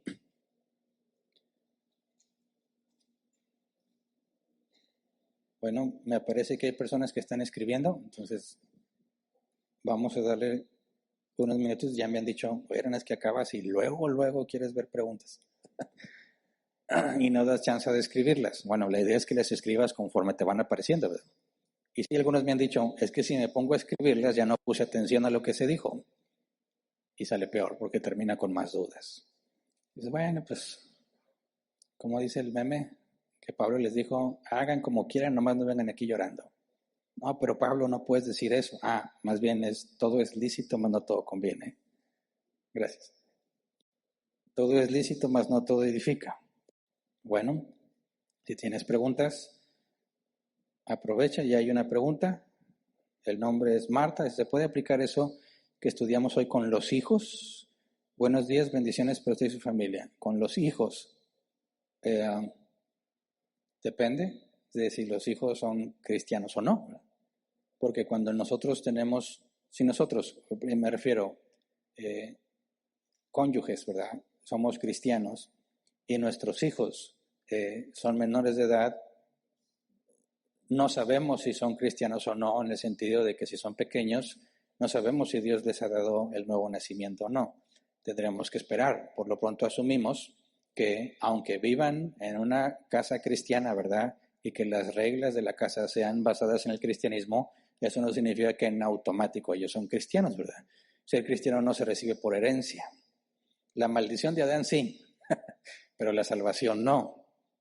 Es un hecho individual. Entonces, cuando estamos criando a nuestros hijos y son pequeños, tenemos que entender esta situación de que no podemos demandarle lo que se le demanda a una persona que ha nacido de nuevo, porque no sabemos si ha nacido de nuevo. Tenemos que esperar a que tengan edad suficiente o haya evidencias suficientes del nuevo nacimiento para poder pedirles que hagan lo que corresponde a un cristiano. Entonces, si no sabemos si son cristianos o si ya son grandes y de plano ellos negaron el evangelio, entonces no podemos imponerles las mismas demandas que se le imponen a los cristianos, ¿verdad? Nuestra tarea como es uno de los requisitos mencionados para ancianos, que nuestros hijos estén sujetos, que sean, alguna versión lo traducen como que sean de la fe, pero en el original es que sean confiables. Entonces, tenemos la responsabilidad, si nuestros hijos no son nacidos de nuevo, de instruirlos en los valores correctos, ¿verdad? En enseñarles qué es la verdad, cómo puedes razonar correctamente, cómo es la cosmovisión cristiana y cómo es que los cristianos razonamos, ¿verdad? Para que, si a Dios le place, esa información les sirva a la hora de tomar decisiones. De hecho, la Escritura dice que nuestros hijos son santificados y algunos interpretan que son salvos. No, nuestros hijos tienen una perspectiva muy distinta a la del mundo porque viven en una casa con valores cristianos. De manera que si nuestros hijos no son cristianos, pueden ser iluminados en cierta forma, porque pueden comprender el razonamiento cristiano, aunque no estén persuadidos de eso. Pero aún nuestra tarea es buscar que tengan la iluminación, ¿verdad? Que entiendan cuál es el razonamiento cristiano, por si Dios les concede nacer de nuevo, y si no, que al menos poder ayudarles a que se ahorren muchos problemas que el mundo enfrenta, ¿verdad? Entonces, nuestra tarea como padres no es salvar a nuestros hijos, porque la salvación es de Dios, y eso ya está definido. Nuestra tarea es hacer hombres y mujeres de bien, hasta donde ellos nos permitan llegar, ¿verdad? Pero mientras esté en tu casa, son tus reglas, ¿verdad? Tu casa, tus reglas. Ellos ya no quieren tus reglas, la única forma es que se vayan de la casa. Ellos ya quieren vivir aparte, quieren tener sus reglas, bueno, oraremos por ellos todos los días de nuestra vida, por si Dios les concede arrepentirse. Me visita mi hijo que no es cristiano, lo recibo con todo el amor que merece mi hijo, ¿verdad? No significa, no es cristiano, entonces yo no convivo contigo, yo no voy a ningún lado contigo. Eso no es lo que la Biblia demanda. Les mostramos el amor de Cristo a nuestros hijos que no sean cristianos, ¿verdad?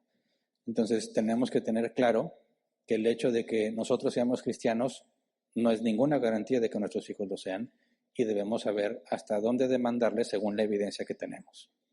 Siguiente pregunta, Roberto Compián. 2 Corintios 7 dice que limpiemos nuestra contaminación de carne y espíritu. Pregunta, ¿el espíritu se contamina? Depende de cómo definas espíritu. Si defines espíritu como la parte espiritual del ser humano, que somos parte material y parte espiritual, y decimos que en el espíritu o el alma, ahí se aloja nuestra conciencia, es decir, nuestra capacidad de razonar, nuestra memoria, nuestro entendimiento estaría en el espíritu, sí puede ser nuestro espíritu contaminado cuando aceptamos lo que el mundo enseña, ¿verdad?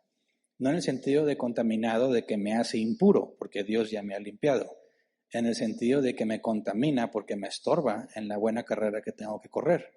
Si mi pensamiento es influenciado por la corriente secular, a la hora que tomo decisiones voy a ser perjudicado. Estoy contaminado por las cosas de este mundo, porque en lugar de hacer el bien que debo de hacer, me desvío por un razonamiento defectuoso.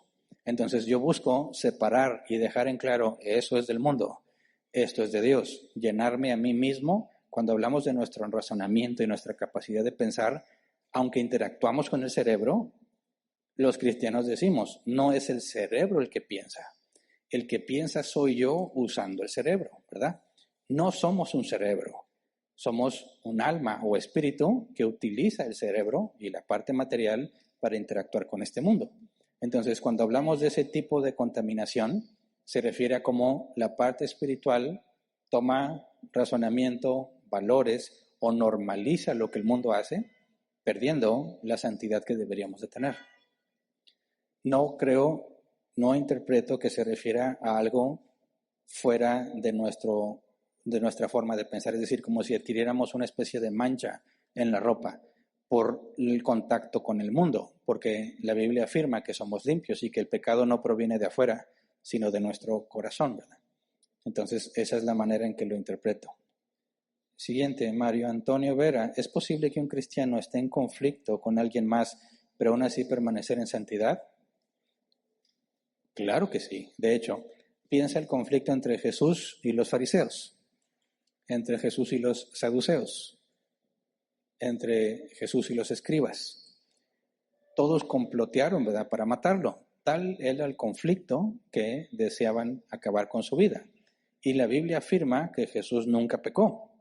Entonces, si Jesús estuvo en conflicto con tantas personas, ¿permaneció en santidad? Por supuesto. El hecho de que un cristiano tenga conflicto con otras personas no dice necesariamente que ese cristiano ha pecado. Depende del conflicto. Si por estar en oposición al aborto entras en conflicto, tú no estás pecando. El que peca es el que está a favor del aborto. Y el hecho de que yo tenga conflicto con alguien que está a favor del aborto no me hace a mí un pecador. El pecador es él, ¿verdad? Que va en contra de lo que Dios ha instituido. Entonces, el hecho de que un cristiano tenga conflictos con otros no es sinónimo de que el cristiano está haciendo algo mal.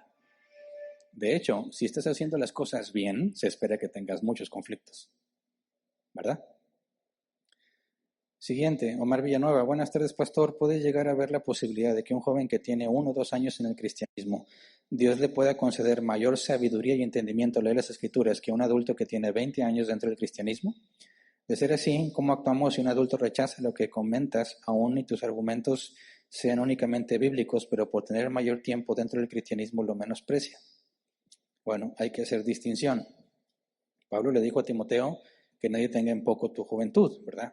Pero se estima que la juventud de Timoteo eran unos 30 años, ¿verdad? No era necesariamente un muchachito. Y algunas de las razones, la Biblia no dice qué edad tenía, pero algunas de las razones de por qué se espera que tenga 30 años es porque desde el Antiguo Testamento los hombres servían a los 30 años, ¿verdad?, en las cosas de Dios. Es probable que por esa edad se le concediera tal responsabilidad a Timoteo, ¿verdad? Tendría que andar en los 30 años. Entonces, cuando habla de la juventud y asumimos que eso es correcto, no está hablando de que tengas poca edad, ¿verdad? Sino que hay personas que tienen más tiempo que tú, que podrían menospreciar las decisiones que tú tomas. Entonces, no se trata de que eres joven, sino que hay personas que tienen más experiencia que tú. Ahora, cuando hablas de sabiduría, la sabiduría no la puedes adquirir por fuera de la experiencia. Es sobrenatural que tengas sabiduría sin la experiencia, y eso era lo asombroso que Dios hizo con Salomón, ¿verdad? Que siendo joven era muy sabio. ¿Por qué? Porque la sabiduría es el conocimiento aplicado. Entonces, el hecho de que tú leas mucho no te da sabiduría. Aunque leas mucho la Biblia, eso no te da sabiduría. Puedes tener conocimiento. Inteligencia es apartarse del mal con el conocimiento que tienes, pero la sabiduría es saber cómo. Y saber cómo requiere la práctica, la experiencia. Así que es algo que los jóvenes deben de entender. Por más libros que leas, por más que tengas conocimiento en tu mente, eso no es sabiduría. La sabiduría es lo que tienes en tu mente, saber cómo aplicarlo para hacer las cosas correctamente. Y necesariamente esa viene con la experiencia y se adquiere con el paso del tiempo. Entonces, hay un conflicto, lo he visto en muchas ocasiones. Los jóvenes concluyen que porque tienen mucho conocimiento en su mente, entonces tienen sabiduría, y eso es falso. Pero también hay personas que tienen mucho tiempo para practicar lo que saben y no lo hacen, ¿verdad? Así que pueden desperdiciar muchos años de su vida sin adquirir sabiduría porque nunca estuvieron enfocados en aplicar lo que saben. Entonces, podemos decir, la edad no es un factor para saber qué tan sabio eres, pero también podemos decir que no puedes tener sabiduría sin años de experiencia. Entonces, si entiendes bien esa distinción, cuando hablas con alguien que tiene muchos años en el cristianismo, si tú, siendo joven, que es algo que a mí me tocó vivir, yo tenía que hablar con personas que me llevaban muchos más años y yo sabía que estaban equivocados, ¿verdad? Porque no iban de acuerdo a la escritura. Y ellos siempre alegaban, pero yo tengo más experiencia que tú. Decía, sí, pero ¿de qué te sirve esa experiencia si no haces lo que la Biblia dice? Y nunca pude llegar a un acuerdo con ellos. Y yo reconozco, ya que soy viejo, que efectivamente hay cosas que yo no podía ver porque no tenía la experiencia. Eso no lo puedo negar.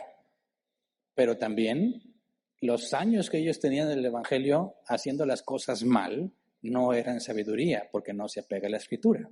Entonces mi conclusión, ¿qué aprendí con todas esas discusiones y problemas en los que me metí? Que muchas cosas las hice por falta de sabiduría, aunque el conocimiento que tenía era correcto. Y que y haber entendido o escuchado lo que otros más viejos me decían. A pesar de que no venía directamente de la Escritura, sí podías deducirlo de la Escritura, pero yo era muy joven para verlo. Y ahora que soy viejo, también tengo que reconocer que hay jóvenes con mucho más conocimiento y que pueden ser muy útiles en la congregación, pero advertirle a los jóvenes que el conocimiento no es sabiduría. Y esa sabiduría no la puedes acelerar. Por eso, Dios, en su enorme sabiduría, ha puesto a gente de muy diversas edades en el cuerpo de Cristo. De manera que los jóvenes necesitan a los viejos, porque los jóvenes no tienen sabiduría, los viejos sí. Y los viejos necesitan a los jóvenes porque siempre se está generando conocimiento. Y los jóvenes están más cerca del nuevo conocimiento. Así que los viejos se pueden beneficiar de la comunión con los jóvenes y los jóvenes de la comunión con los viejos. Pero ya seas viejo o joven, si te apartas de la Escritura, eres un necio. No importa cuántos años tengas. Siguiente, Neida. Precisamente ayer, sábado, estaba leyendo ese versículo de que a lo malo le llamamos bueno y a lo bueno malo. Y tuve una discusión con mi esposo por eso, porque él cada mañana que vamos al trabajo va peleando diciendo malas palabras al que va adelante, atrás, a un lado, y le digo, no hagas eso, no insultes, pero él me dice, no tiene nada de malo, y le dije, tú a lo malo le llamas bueno y a lo bueno malo, y estás mal, y cállese. ¿Qué pasó? Y cállese, le dijo. Se puso como loco, y hasta mi hijo le dio la razón diciendo que yo estoy mal. Siempre voy orando pidiéndole a Dios que lo perdone y que no sabe lo que hace. Pero también decir a alguien, y cállese, no va a ayudar, ¿verdad? El punto es, si tu esposo es cristiano, tenemos que recordar que la iluminación y la persuasión es una obra del Espíritu Santo, no tuya, ¿verdad? La iluminación y la persuasión es una obra del Espíritu Santo. ¿Qué significa eso? Que no siempre Dios te va a usar para persuadir a alguien. Por más argumentos buenos que le des, si Dios no lo hace entender, tú no vas a poder. Entonces, como cristianos, ¿qué es lo que debemos hacer? Exponer los argumentos bíblicos y esperar la reacción. Si no entiende, entonces puedo decir, quizás se lo debo explicar de otra manera, ¿verdad? Intentas una explicación diferente, con buenos argumentos. No entiende, ok, entonces Dios no le ha concedido entenderlo hoy, en este momento. Hay otras posibilidades. Ya entendió, pero por su orgullo no te dice. Que también eso pasa. Y yo lo sé porque yo lo he vivido. Puedo tener a veces discusiones con mi esposa y me saca unos argumentos irrefutables y no le puedo argumentar nada y mejor me voy a hacer otra cosa. Ya tengo que llegar, ¿sabes qué? Tenías razón. Pero yo estaba buscando la manera de demostrar que estás mal. No se puede. Entonces sí, a veces no reconoces en ese instante por orgullo nada más. Pero si vas a ser honesto y vas a razonar correctamente, tienes que decir, ¿sabes qué? Tenías razón. Pero es Dios quien te persuade. Entonces, si como cristiano no tomas en cuenta el versículo que dice que no corrijas al necio porque terminará odiándote, ¿quién es el necio? No el que no conoce la verdad, el que la niega. Si no estés corrigiendo al necio porque terminará odiándote. Cuando tú estás aferrado a convencer al que se niega, lo único que vas a lograr es que te odie. Y si lo que buscamos es la paz, entonces ese no es el camino correcto. Si te insisto, te explico de otra manera, no, ok, ahí queda. Después lo volvemos a tratar, piénsalo, medítalo, mastícalo, consúltala con la almohada, que Dios te dé la capacidad. Si se vuelve a presentar la oportunidad, voy a tratar de explicarlo otra vez de otra manera, pero tiene que estar claro que yo no puedo convencer a nadie. Tú no puedes convencer a nadie. Lo hacemos con la esperanza de que Dios los convenza. Se terminó, ¿verdad? El tiempo. Muy bien. Terminamos entonces con la sesión de preguntas y respuestas y terminamos también con la sesión en línea, ¿verdad? ¿No hay avisos en línea? ¿No? ¿Es todo? Bueno, entonces a todos los que nos estén acompañando en línea, seguiremos estudiando las próximas semanas al respecto de la santidad. Espero que nos acompañen. Gracias.